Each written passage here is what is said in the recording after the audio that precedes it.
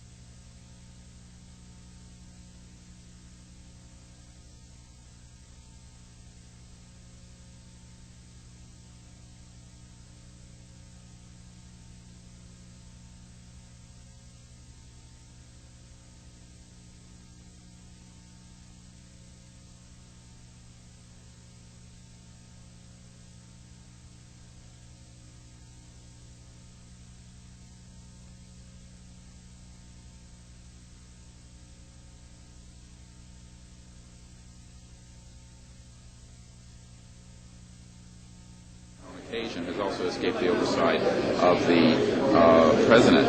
We know for a fact that this has happened. I personally briefed President Clinton's first CIA director on this. I was informed that they had no access to these projects, although they knew they existed. I was told the same thing by the senior investigator for the Senate Appropriations Committee, a man named Dick D'Amato, who in 1994 told me that there were somewhere between $40 and $80 billion a year going into these classified projects, and that he, with a subpoena on behalf of the Senate and a top-secret clearance, could not penetrate them. He told me these were the varsity team of all black projects, covert projects.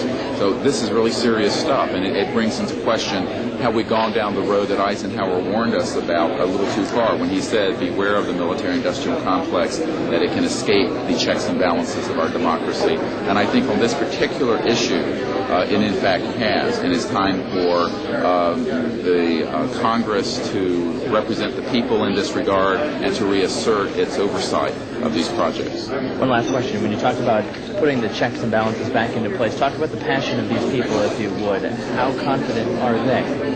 Well, they know what they saw. I mean, these are men ranging from Air Force and NRO officials to people who have been contract agents for the CIA to people who have been pilots in World War II and are heroes of our country, the greatest generation that Tom Brokaw talks about.